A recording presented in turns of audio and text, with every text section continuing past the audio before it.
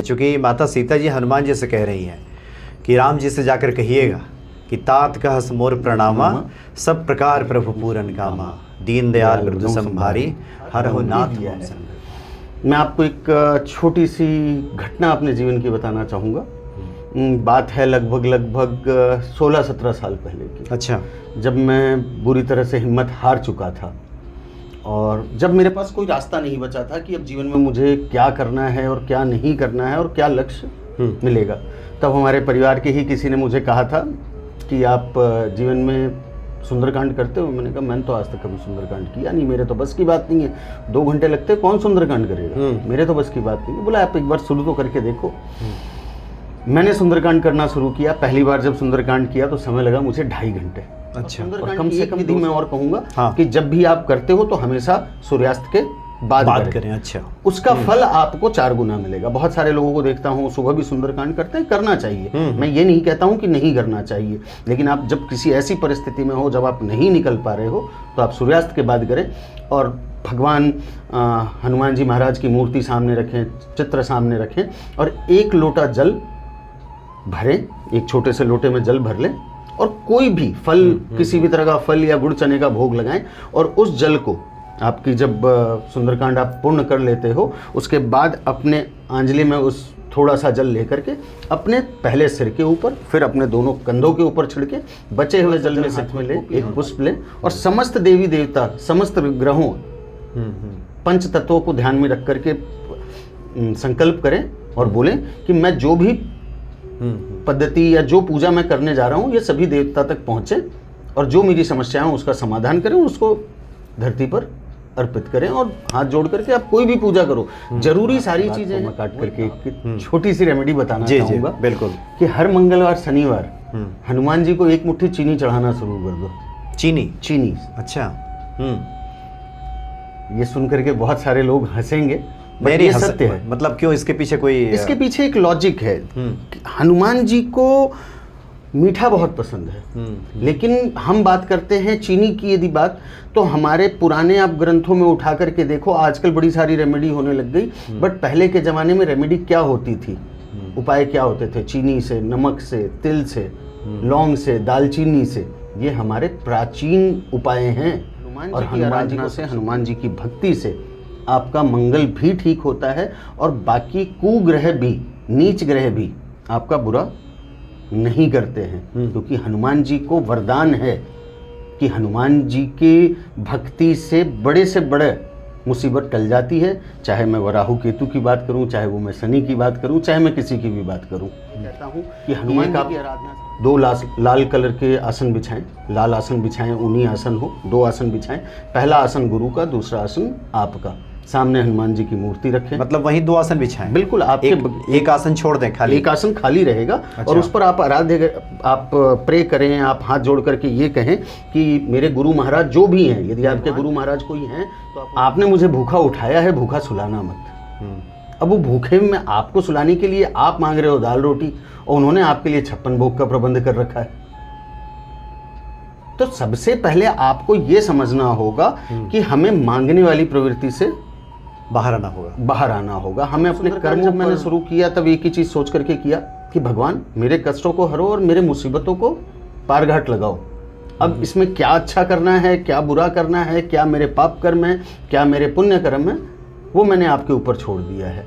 और ये जो चौपाई की बात है, तो चौपाई का मतलब ये भी कहीं ना कहीं होता है कि मैं तो दीन हूँ। अब दीन की लाज कौन रखेगा? जय श्री राम। सब सुख लाए तुम्हारी सरना, तुम रक्षक काहू डरना।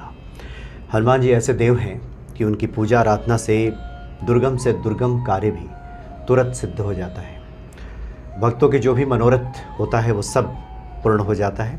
इस वक्त एक बहुत ही महत्वपूर्ण शख्सियत हमारे साथ हैं, एस्ट्रो मानव जी। स्वागत है आपका। जय सिया राम। जय श्री राम। और मानव जी हनुमान जी के भी भक्त हैं और साथ ही वैदिक ज्योतिष के जानकार हैं, अंक शास्त्री हैं, वास्तु के भी आप जानकार हैं। और सबसे अच्छी बात है कि आपसे जो बातचीत होती है, आप निरंतर इस खोज में लगे रहते हैं कि क्या कुछ नया प्राप्त किया जाए, जिससे कि कल्याण हो सके लोगों का। जो लोग परेशानी में हैं वो परेशानी उनकी दूर हो सके।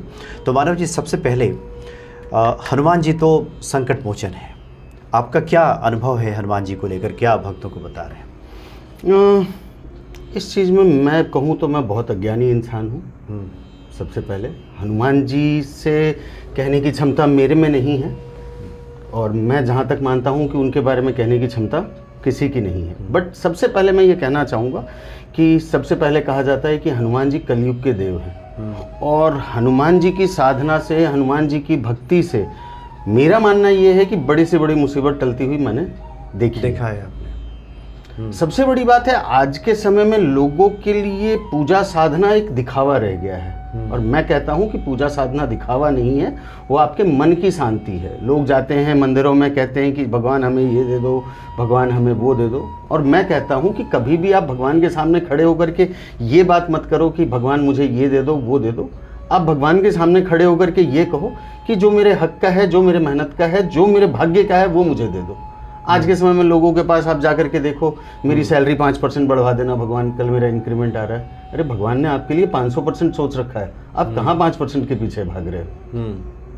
तो रही बात हनुमान जी की भक्ति की, तो लोग तो कहते हैं कि माता पिता है ना वो हनुमान जी, तो उनसे नहीं मांगेंगे तो किससे मांगेंगे? तो मांगने की आप मांगो ना, आप मांगने के लिए क्यों मांगते हो? आप उनके ऊपर छोड़ दो ना कि आप क्या डिजर्व करते हो। आपको नहीं मालूम है कि आप क्या डिजर्व करते हो, आपके भाग्य में क्या लिखा है। अभी जैसे आपने कहा वैदिक ज्योतिषी, वैदिक ज्योतिष की यदि मैं बात करूं तो एक बहुत बड़ा देखा गया है, जहां तक मैं मानता हूं, लोग आजकल बहुत बात करते हैं प्रारब्ध की, कि ये आपका प्रारब्ध है तो आपको तो ये दिक्कत आएगी, ये प्रारब्ध है तो ये तो आपको भोगना पड़ेगा, ये प्रारब्ध है तब आपको ये पाप पुण्य के चक्कर में फंसे पड़े हैं। हाँ। जबकि मैं कहता हूं कि प्रारब्ध होता है, कुंडली होती है, लेकिन आज के समय में 90% एस्ट्रोलॉजर्स को मैंने देखा है कि वो कुंडली को डेस्टिनेशन मान चुके हैं, और मेरा ये कहना है कि कुंडली को आप गूगल मैप मानो। हम अभी गाजियाबाद में बैठे हैं और हमें दिल्ली जाना है, तो हमें उसे गूगल मैप की तरह मानना चाहिए। जब हम एक डॉक्टर के पास जाते हैं, डॉक्टर को कहते हैं जी हमारे तो छाती में दर्द हो रहा है, तो डॉक्टर एक हमारा एक्सरे करवाता है, एक ब्लड रिपोर्ट करवाता है। तो कुंडली हमारे लिए वो सिर्फ डायग्नोस रिपोर्ट है। मतलब आप ये कह रहे हैं डेस्टिनेशन यानी अंतिम लक्ष्य नहीं है? अंतिम लक्ष्य नहीं है, अंतिम लक्ष्य आपका कर्म है। अच्छा, एक एक करके बातें करते हैं मानव जी। कुछ तो आपका निज अनुभव भी है हनुमान जी को लेकर के? बहुत है। क्या कुछ बताना चाहें? इस सवाल पर आप बार बार आ रहे हो, तो चलो एक बहुत पुरानी बात बताता हूँ जी। मैं हनुमान जी का भक्त कहना तो बहुत बड़ी बात है, उनका उपासक हूँ, उनको मानता हूँ, और उन्होंने समय समय पर मेरा साथ दिया है। समय समय पर साथ क्या दिया है, हमेशा मेरा साथ ही दिया है। मैं आपको एक छोटी सी घटना अपने जीवन की बताना चाहूँगा। बात है लगभग 16-17 साल पहले की। अच्छा। जब मैं बुरी तरह से हिम्मत हार चुका था, और जब मेरे पास कोई रास्ता नहीं बचा था कि अब जीवन में मुझे क्या करना है और क्या नहीं करना है और क्या लक्ष्य मिलेगा, तब हमारे परिवार के ही किसी ने मुझे कहा था कि आप जीवन में सुंदरकांड करते हो? मैंने कहा मैंने तो आज तक कभी सुंदरकांड किया नहीं, मेरे तो बस की बात नहीं है, 2 घंटे लगते हैं, कौन सुंदरकांड करेगा, मेरे तो बस की बात नहीं है। बोला आप एक बार शुरू तो करके देखो। मैंने सुंदरकांड करना शुरू किया। पहली बार जब सुंदरकांड किया तो समय लगा मुझे 2.5 घंटे। अच्छा। और कम से कम 200 जमाई ली, 200 उबासी ली मैंने। वो पूर्ण होने का नाम नहीं आ रहा था। उस दिन का दिन है मनोज जी, और आज का दिन है, आज लगभग 17 साल होने को आ गए। हर मंगलवार शनिवार मैं दुनिया के किसी भी कोने में रहूं, किसी भी परिस्थिति में रहूं, मैंने सुंदरकांड किया है। और सुंदरकांड की हर चौपाई के बाद आपके माध्यम से, आपसे जुड़े, आपके चैनल के जुड़े भक्तों से भी ये कहना चाहूँगा कि हर चौपाई के बाद हर दोहे के बाद एक चौपाई है, दीन दयाल वरदहु संभारी हरहु नाथ मम संकट भारी। इस चौपाई का इस्तेमाल करें। दुनिया में बड़ी से बड़ी विपत्ति मैंने टलती देखी है, दुनिया में बड़े से बड़े मुसीबतों को मैंने पार लगते देखा है। तो आपके माध्यम से, आपके चैनल के माध्यम से लोगों को ये ज़रूर कहना चाहूँगा कि हर मंगलवार शनिवार सुंदरकांड जरूर करें, और हर दोहे के बाद दीन दयाल वरदहु संभारी हरहु नाथ मम संकट भारी पूरी आत्मा से इस चौपाई का उल्लेख करें, और आप बड़े से बड़े मुसीबत से निकलते हुए अपने आप को देखो। मतलब यहाँ पे कह रहे हैं संपुट लगा दें? संपुट लगा दो, जिसको हम संपुट कहते हैं। दीन दयाल वरदहु संभारी हरहु नाथ मम संकट भारी। इससे बड़ी चौपाई मैंने तो अपनी ज़िंदगी में। हाँ, और ये बहुत अद्भुत चौपाई है, चूँकि माता सीता जी हनुमान जी से कह रही हैं कि राम जी से जाकर कहिएगा कि तात कहस मोर प्रणामा, सब प्रकार प्रभु पूरन कामा, दीन दयाल वरदहु संभारी हरहु नाथ मम संकट भारी। कि हे प्रभु राम, आप तो पूर्ण काम हैं, आपको किसी चीज़ की आवश्यकता नहीं है, लेकिन दीन दयाल, आप दीनों के दयाल हैं, आप दीनों की रक्षा करनी, इतना तो याद रखिए कम से कम, और मेरे संकटों को हर लीजिए। तो बहुत बड़ी बात है इसमें, ये माता सीता जी की पुकार है और हनुमान जी से कह रही हैं कि आप कहिएगा राम जी से। तो आप ये कह रहे हैं कि ये जो अद्भुत चौपाई है इसने आपके जीवन में एक तरह से परिवर्तन ला दिया। परिवर्तन भी क्या परिवर्तन मैं कहूँ तो मेरे लिए स्थिति जीवन मरण की थी, और आज 17 साल हो गए लगभग हनुमान जी ने हर समय इस चौपाई, और अब मैं किसी भी मुसीबत में रहूं, किसी भी परिस्थिति में रहूं, जहां मुझे लगता है कि अब चीज़ें मुझसे नहीं बन रही है, तो हनुमान जी महाराज के सामने हाथ जोड़ करके एक ही बात कहता हूं कि आपको जो समझ में आए वो करना। दीन दयाल बधऊं संभारी, हरऊ नाथ मम संकट भारी। और वो समस्या मैंने टलती देखी है। तो बड़ी अद्भुत ये चौपाई है कि आप जब कभी भी हनुमान जी के सामने खड़े हों तो ये अगर ये स्मरण में आ गया आपकी चौपाई, तब समझिए कि आपकी बातें तो हनुमान जी पहुंचा ही देंगे, राम जी तक। और आपके माध्यम से एक और बात कहना चाहता हूँ। हाँ, लोगों को आजकल सुना है बड़ी बड़ी रेमेडी देखते, कोई हनुमान जी के लौंग लगा के चढ़ा दो, कोई ये चढ़ा दो, कोई वो चढ़ा दो। तो बीच में आपकी बात को मैं काट करके एक छोटी सी रेमेडी बताना चाहूँगा। बिल्कुल। कि हर मंगलवार शनिवार हनुमान जी को एक मुट्ठी चीनी चढ़ाना शुरू कर दो। चीनी। अच्छा। ये सुन करके बहुत सारे लोग हंसेंगे, बट ये सत्य है। मतलब क्यों? इसके पीछे कोई इसके पीछे एक लॉजिक है। हनुमान जी को मीठा बहुत पसंद है, लेकिन हम बात करते हैं चीनी की यदि बात, तो हमारे पुराने आप ग्रंथों में उठा करके देखो, आजकल बड़ी सारी रेमेडी होने लग गई, बट पहले के ज़माने में रेमेडी क्या होती थी, उपाय क्या होते थे? चीनी से, नमक से, तिल से, लौंग से, दालचीनी से। ये हमारे प्राचीन उपाय हैं, और हनुमान जी को सबसे प्रिय चीनी हुआ करता है। आप हनुमान जी को एक हनुमान चालीसा उनके मंदिर में बैठ के सुनाएं, और एक मुट्ठी चीनी आप हनुमान जी के मंदिर में चढ़ा करके देखो, फिर उसके बाद आप इसका फल देखना। अच्छा, ये जैसे कुछ लोग सोचेंगे जैसे कि ये ज्योतिषीय उपाय है, क्या चीनी सफ़ेद है, शुक्र है, हनुमान जी मंगल से जुड़े हैं, तो ये मंगल शुक्र का योग बना रहे हैं क्या? अब इस बात पे यदि मैं कहूँ तो चीनी यदि शुक्र है, चलो मैं मान लिया कि चीनी शुक्र है। नहीं, हमने आपसे जानना चाहा कि आप क्या कह रहे हैं इस पे। चीनी शुक्र नहीं हो सकता। अच्छा। चीनी आपका स्वाद है, चीनी कभी भी शुक्र नहीं हो सकता। हाँ, माता लक्ष्मी को भोग जरूर लगता है, बहुत सारे हम माँ लक्ष्मी के उपाय के लिए हम चीनी का उपयोग करते हैं, बट आप किसी भी व्यंजन को किसी प्लैनेट से नहीं जोड़ सकते। अच्छा, नहीं, आजकल काफी लोग जोड़ रहे हैं ना कि हर चीज को जोड़ देते हैं। उन मिथ पर भी हम आगे बात करेंगे। बहुत सारे मिथ आज के समय में बन चुके हैं, बट एक्चुअल में ऐसा नहीं है। अच्छा, मतलब आप ये कह रहे हैं कि ये मीठा है। हाँ। और प्रेम से आप हनुमान जी को बिल्कुल, मतलब आप उसको मीठे की तरह चढ़ाएं। आपने स्वयं ये सब किया है? बिल्कुल। मैं जो भी रेमेडी आज आपके माध्यम से बताऊंगा वो मेरे टेस्टिमोनियल में है, मैंने खुद ने अपने ऊपर उपयोग किया है। मैं उसी रेमेडी पे बात करूंगा, अन्यथा मैं किसी रेमेडी पे बात नहीं करूंगा। एक और आपने बहुत महत्वपूर्ण बात कही कि मांगना नहीं चाहिए, कि आप हो सकता है कि 5% मांग रहे हो, हनुमान जी 50% देने के लिए बैठे हों। ये भी आपके अनुभव में बातें आई हैं क्या?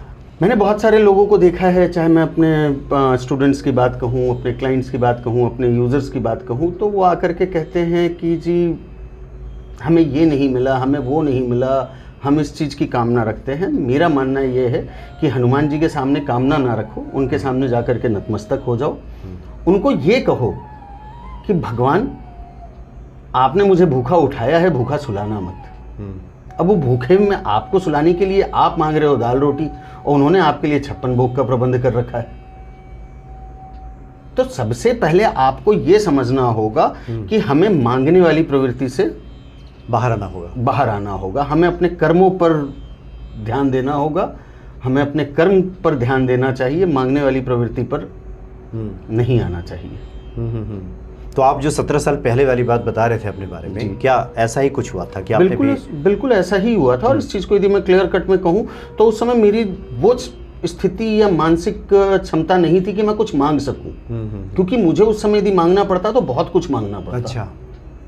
उस समय जो मेरी परिस्थिति थी, जो समस्याएं थी, जो चीज़ें थी, तो मांगने के लिए मुझे बहुत कुछ मांगना पड़ता। तब सुंदरकांड जब मैंने शुरू किया तब एक ही चीज़ सोच करके किया कि भगवान मेरे कष्टों को हरो और मेरे मुसीबतों को पार घाट लगाओ।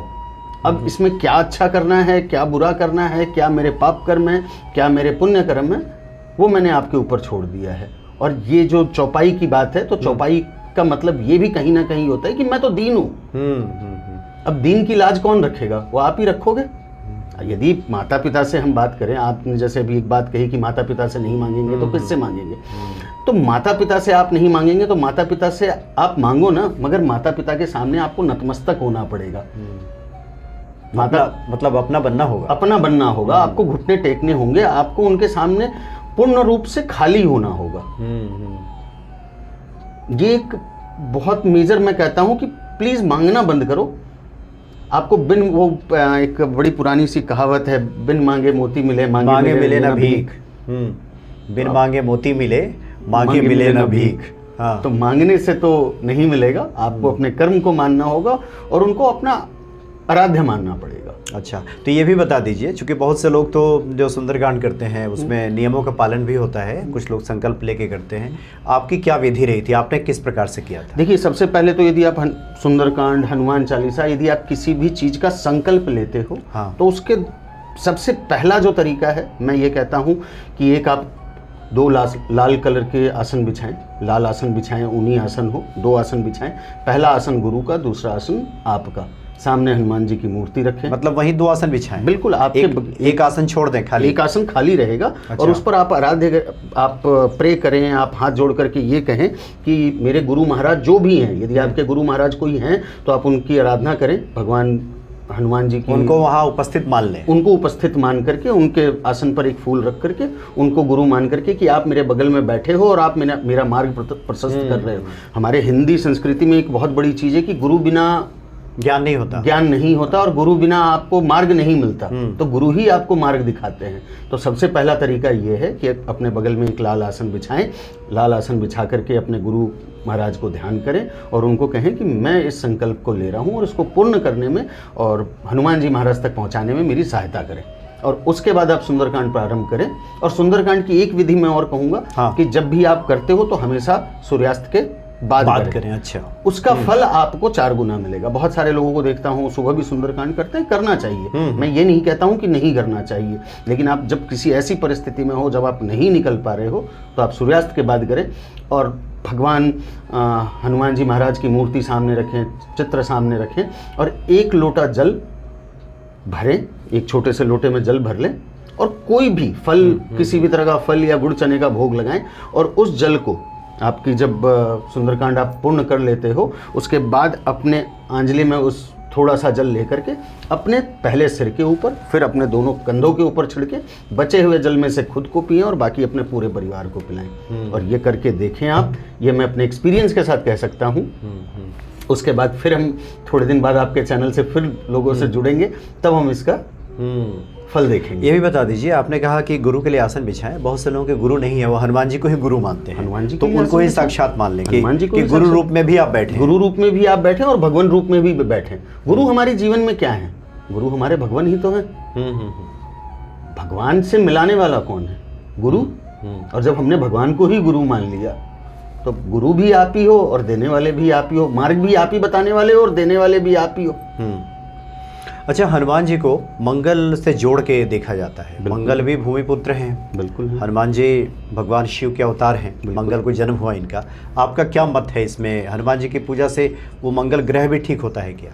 हनुमान जी की पूजा से मैं कहूँ 2 चीज़ों पर, जब आपने कहा कि भगवान शिव के रूप हैं, तो इस बात पर पहले थोड़ा मैं भगवान शिव के बारे में बात करूँगा, फिर भगवान हनुमान जी के बारे में भी बात करूँगा। कहते हैं कि जब हम शिव की भक्ति करते हैं तो ग्रहों के चाल बदल जाते हैं, क्योंकि वो कालों के काल महाकाल हैं। और हनुमान जी के लिए भी, अब उसी बात पर मैं हनुमान जी के लिए आऊँगा कि हनुमान जी की पूजा करने से मंगल तो आपका मजबूत होता ही होता है। आपके ग्रहों में, आपकी कुंडली में किसी भी परिस्थिति में मंगल बैठा हो, मंगल नीच का हो, मंगल पहले भाव में बैठा हो, मंगल 7वें भाव में बैठा हो और मंगल नीच का हो, आपके लिए प्रॉब्लम क्रिएट कर रहा हो। पहली बात तो मंगल आपके लिए कभी भी प्रॉब्लम क्रिएट नहीं करता है, सिर्फ वो एनर्जी का माध्यम है। अच्छा, आज इस चीज़ पर भी हम आगे बात करेंगे, लेकिन हनुमान जी की आराधना से, हनुमान जी की भक्ति से आपका मंगल भी ठीक होता है और बाकी कुग्रह भी, नीच ग्रह भी आपका बुरा नहीं करते हैं। क्योंकि हनुमान जी को वरदान है कि हनुमान जी की भक्ति से बड़े मुसीबत टल जाती है। चाहे मैं राहु केतु की बात करूं, चाहे वो मैं शनि की बात करूं, चाहे मैं किसी की भी बात करूं, कि हनुमान जी की आराधना से यदि आपने अपने मंगल को मजबूत कर लिया तो मंगल क्या है? मंगल एनर्जी है। आपके शरीर में अच्छी एनर्जी है, आप एक पॉजिटिव एनर्जी के साथ काम कर रहे हो, और यदि आप कर्मों के माध्यम से चल रहे हो तो आपका कोई भी ग्रह कुछ नहीं बिगाड़ सकता। अच्छा, इसी से एक बहुत बारीक अंतर है, चूँकि इस तरह के सवाल अक्सर सामने आते हैं, लोग पूछते भी हैं कि देखिए हनुमान जी के बारे में कहा भी गया है सुगम अनुग्रह तुम्हारे तेते, और दूसरी तरफ अगर व्यक्ति सिर्फ हनुमान जी की ही पूजा करे, क्योंकि कई बार होता है ना, जैसे आप वैदिक ज्योतिष के भी आप जानकार हैं, तो अब इसमें बात आ जाती है कि फिर हम ग्रहों को क्यों पूजें जब हनुमान जी से ये सब हो जाना है, तो क्या ये थोड़ा बहुत बारीक अंतर यहाँ पे हो जाता है, ये आपका क्या इसमें दृष्टिकोण है? आपके परिवार में सॉरी, इस चीज़ को आपके माध्यम से सभी दर्शकों को भी ये कहना चाहूँगा कि इस चीज़ को बड़े सिंप्लीफाई वे में हम समझते हैं। अच्छा, हमारे परिवार के मुखिया कौन होते हैं? हमारे पिताजी, हमारे दादाजी हमारे परिवार के मुखिया होते हैं। मैं ये नहीं कहता हूँ कि हनुमान जी बड़े हैं बाकी सब छोटे हैं, लेकिन एक होते हैं हमारे इष्ट देव।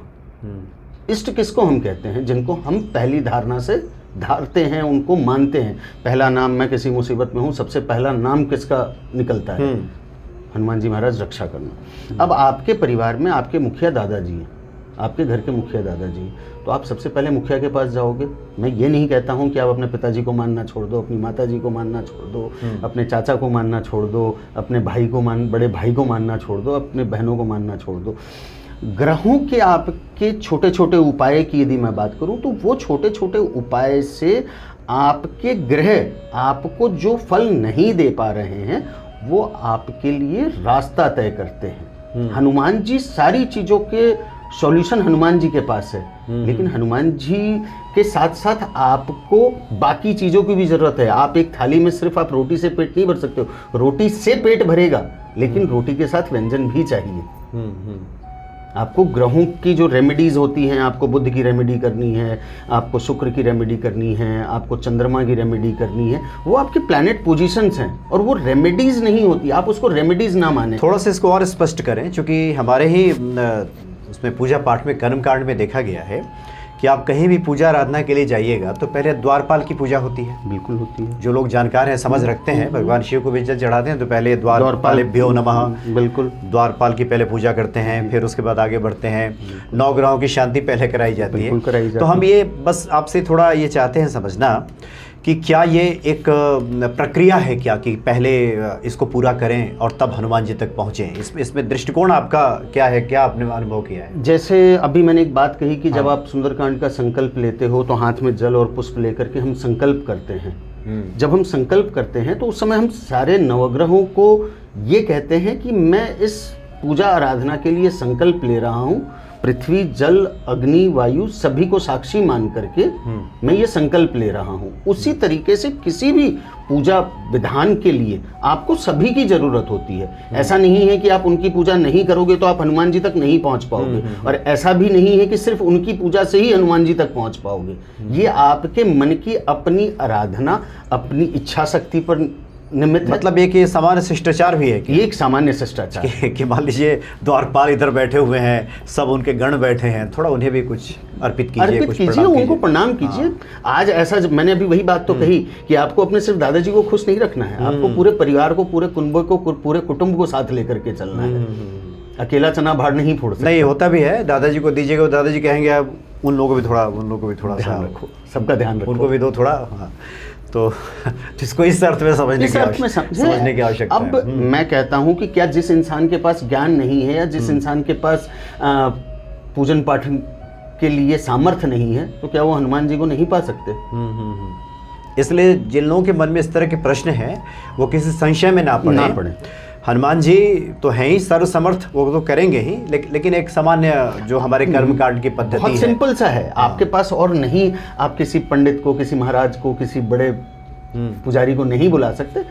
सो थोड़ा सा जल हाथ में ले, एक पुष्प ले, और समस्त देवी देवता, समस्त ग्रहों, पंच तत्वों को ध्यान में रख करके संकल्प करें और बोलें कि मैं जो भी पद्धति या जो पूजा मैं करने जा रहा हूँ, ये सभी देवता तक पहुँचे, और जो मेरी समस्याएं हैं उसका समाधान करें, उसको धरती पर अर्पित करें, और हाथ जोड़ करके आप कोई भी पूजा करो। जरूरी सारी चीज़ें हैं। वो एक कहावत है, बोले मन चंगा तो कटौती में गंगा। जी हाँ, जी हाँ।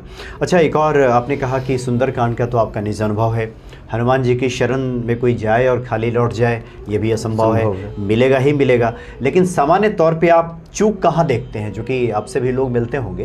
अब सब लोगों की तो मनोकामना पूरी नहीं होती, बहुत लोगों की नहीं भी होती है।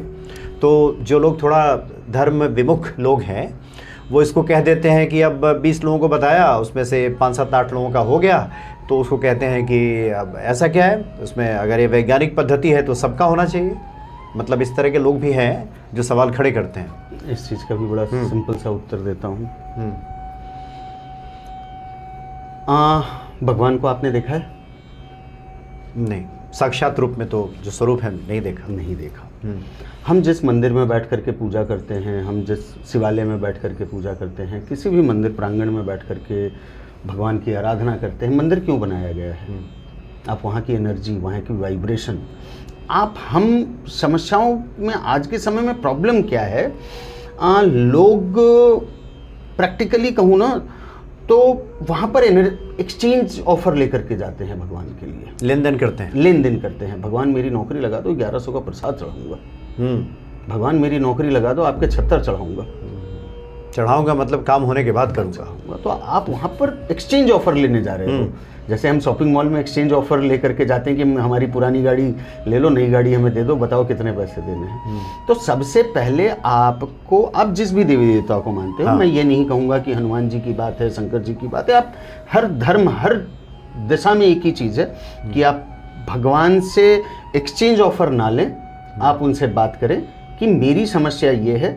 आप अपने मन से आप कोई भी रेमेडी करो, मैं ये नहीं कहता हूँ कि ये रेमेडी स्पेसिफाई है, कुछ भी कर लो, कुछ भी कर लो। आप अपने मन से जाकर के एक इलायची भी यदि भगवान हनुमान जी को चढ़ाते हो, वो भी वो ग्रहण करेंगे, लेकिन आपके मन का भाव होना चाहिए।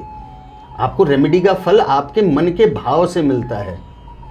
तो अपने भाव को हमें उजागर करने की जरूरत है, हमें मन के भाव को समझने की जरूरत है। पैरासीटामोल आपको भी काम करता है, पैरासीटामोल मुझे भी काम करता है, बट इनको पैरासीटामोल काम नहीं करता। नहीं, कोई व्यक्ति आपसे मिले और कहे कि देखिए गुरुजी, मैं तो आपने जो जो बताया हम तो सब किए जा रहे हैं, अब देखिए 6 महीने बीत गया, साल भर बीत गया, कुछ हो नहीं रहा है, तो फिर ऐसे लोगों को फिर क्या करते हैं आप क्या समझ लेते हैं कि ये कहाँ चूक कर रहा होगा? अपने नियमों में। अच्छा, बड़ी सीधी सी बात है।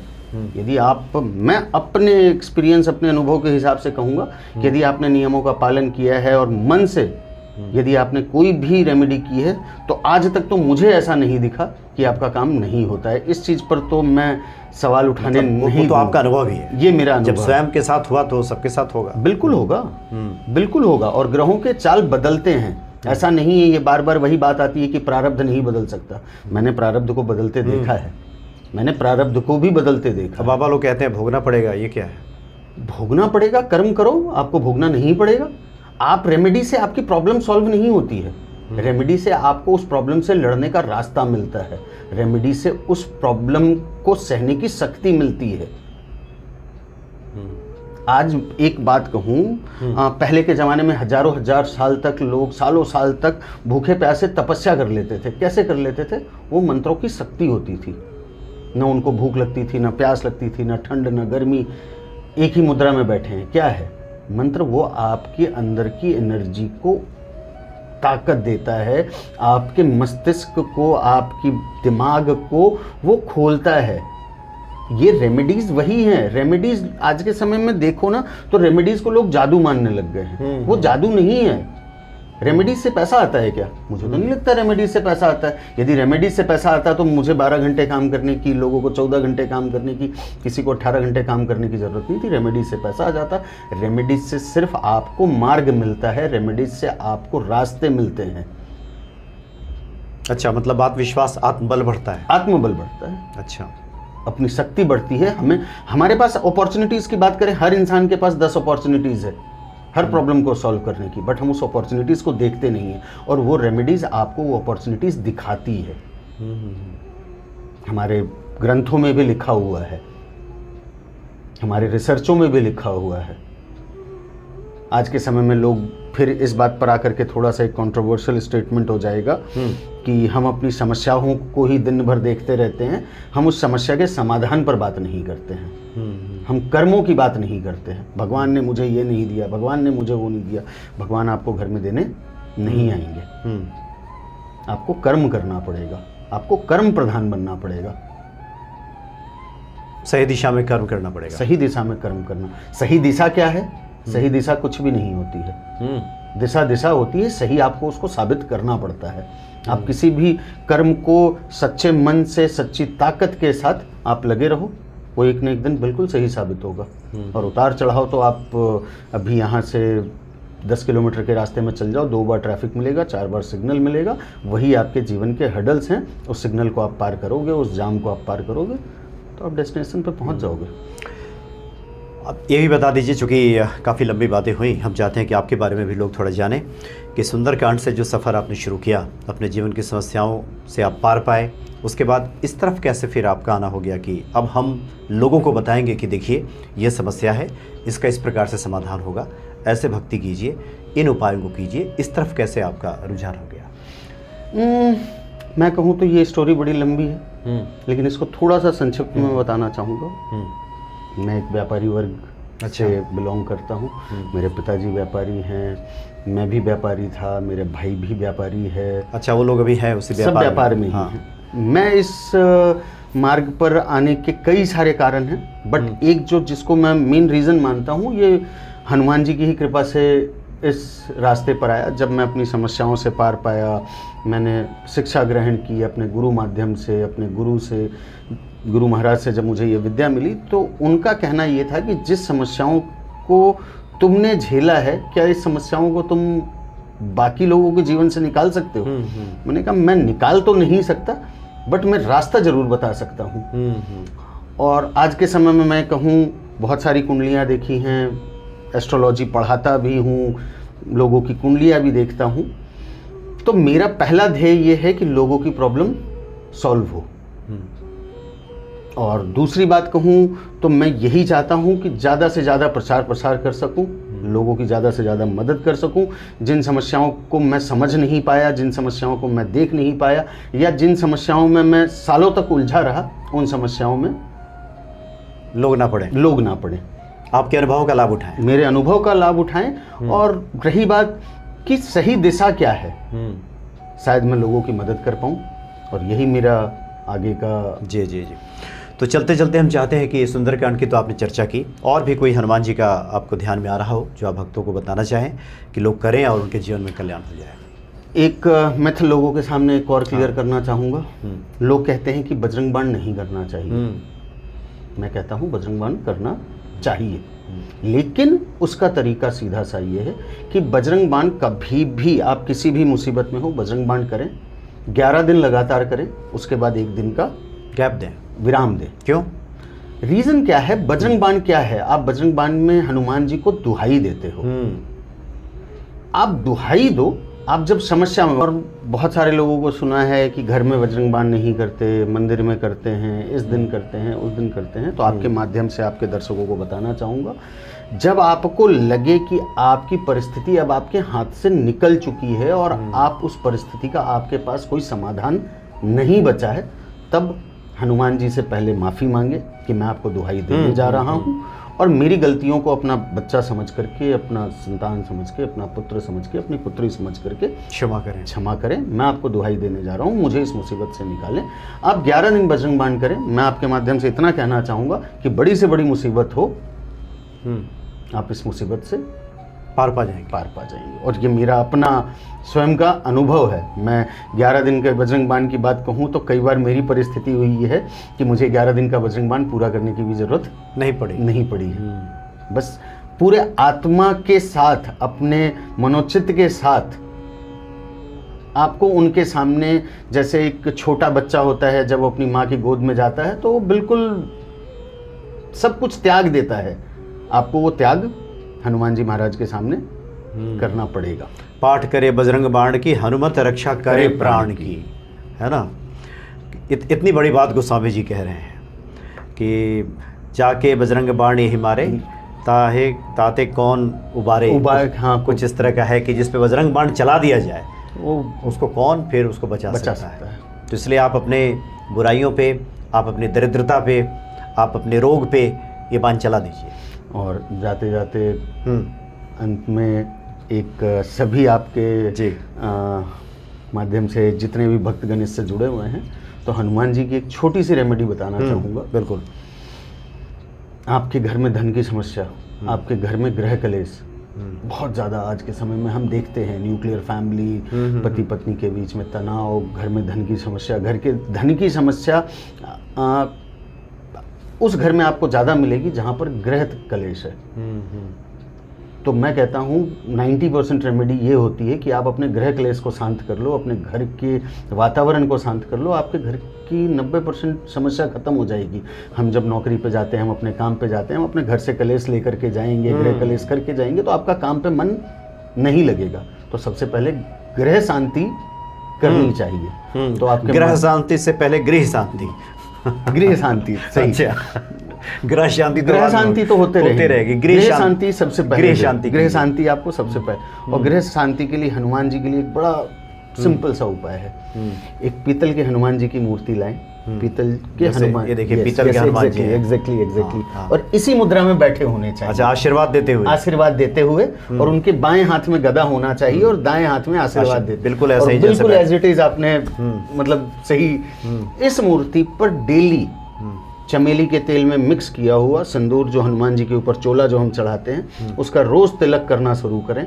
रोज नियम से तिलक करते हैं, रोज चमेली का तेल, सिंदूर लें और उसमें जरा सा 2 बूंद चमेली का तेल रोज बनाएं। कई लोगों को मैंने देखा है क्या करते हैं, एक डब्बे में सिंदूर लेते हैं रखे हुए हैं और उसमें चमेली का तेल डाल दिया और रोज उसी से तिलक किए जा रहे हैं। वो गलत है। मैं कहता हूँ जरा सा सिंदूर लो, 2 बूंद चमेली का तेल डालो, बनाओ तिलक, उनको लगाओ, फिर अपने लगाओ।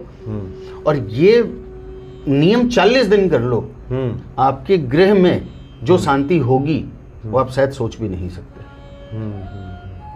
तो आपके माध्यम से यही कहना चाहूँगा सभी को कि हनुमान जी की एक पीतल की मूर्ति लाएं, छोटी सी मूर्ति लाएं, दाहिने हाथ से आशीर्वाद, बाएं हाथ में गदा, और उस मूर्ति पर डेली चमेली के तेल मिक्स करके सिंदूर में, और डेली पहले उनके तिलक लगाएं और फिर खुद के तिलक लगाएं। 40 दिन ये रेमेडी करके देखें, आपको बहुत लाभ मिलेगा, आनंद आ जाएगा। मतलब घर में शांति होगी तो फिर ग्रह भी शांत हो जाएंगे। बिल्कुल शांत हो जाएंगे। आपके सारे ग्रह आपके घर में ही होते हैं, ढूंढने की जरूरत है। मैंने बहुत अच्छी आपने बात बताई है। घर में जो कला होता है, क्लेश होता है, हालांकि इस पे तो अलग से हम लोग बात करेंगे, लेकिन संक्षेप बता दीजिए। मुझे तो लगता है कि गृह क्लेश का सबसे बड़ा कारण जो है, ये व्यक्ति के भीतर का ये अहंकार, ये ईगो जो होता है, ये शायद इसकी वजह आज के समय में सबसे बड़ी जो गृह क्लेश की यदि हम बात करते हैं ना, तो वो ईगो क्लेशेस हो गए। ईगो, आप मेरे से बड़े कैसे, मैं आपसे छोटा कैसे। अब फिर हनुमान जी की तरफ जाना पड़ेगा, वापस पहुंचना पड़ेगा। भगवान राम के भाई लक्ष्मण जी जिन्होंने 14 साल का वनवास, मिला तो राम जी को था, साथ में भोगने चले गए लक्ष्मण जी। हनुमान जी के भाई श्री भरत, मिली तो उनको राजगद्दी थी, जीवन भर उनकी खड़ाऊं रख करके राज किया उन्होंने 14 साल तक। अब हम बात करें तो आज के समय में यदि आप अपने गृह में शांति चाहते हो, तो सबसे पहले अपने बड़ों का आदर करना शुरू करें और अपने छोटों की बात सुनना शुरू करें। आपके गृह 90% शांत हो जाएंगे। और आज के समय में समस्या का सबसे बड़ा रीजन है अहंकार, ईगो। आप बड़े कैसे, मैं छोटा कैसे। तो इस चीज को हमें छोड़ना बहुत जरूरी है। आप इन चीजों को छोड़ करके देखो, आपके जीवन में आनंद ही आनंद। इसलिए गोस्वामी जी कहते भी हैं कि सुमति कुमति सबके उर रहा ही, नाथ पुराण निगम अस कहाँ ही। आ जहाँ सुमति तहाँ संपत्ति नाना, आ जहाँ कुमति तहाँ विपत्ति नाना। इसलिए सुमति होनी। इसलिए हनुमान जी सबसे पहले, गोस्वामी जी हनुमान चालीसा में लिखते भी हैं कि कुमति निवार सुमति के संगी। आप मति ठीक कर देंगे तो घर में सब ठीक हो जाएगा। जी। तो बड़ा आनंद आया आपसे बातचीत करके, क्योंकि ज्योतिषीय विद्या के साथ साथ आध्यात्मिक चर्चा भी अगर साथ में चलती है तो, और मुझे तो लगता है कि दोनों आपस में जुड़ा हुआ है। एक बार आपसे हम इस बारे में विस्तार से बात करेंगे। तो जहाँ चाह है वहाँ राह है। हनुमान जी के आपने बहुत से उपाय बता दिए हैं, फिर भी जीवन में कोई समस्याएं हैं तो उसके लिए तो फिर आप हैं ही, बिल्कुल उसका निदान होगा। बहुत बहुत धन्यवाद आपका। जय सिया राम। जय सिया राम।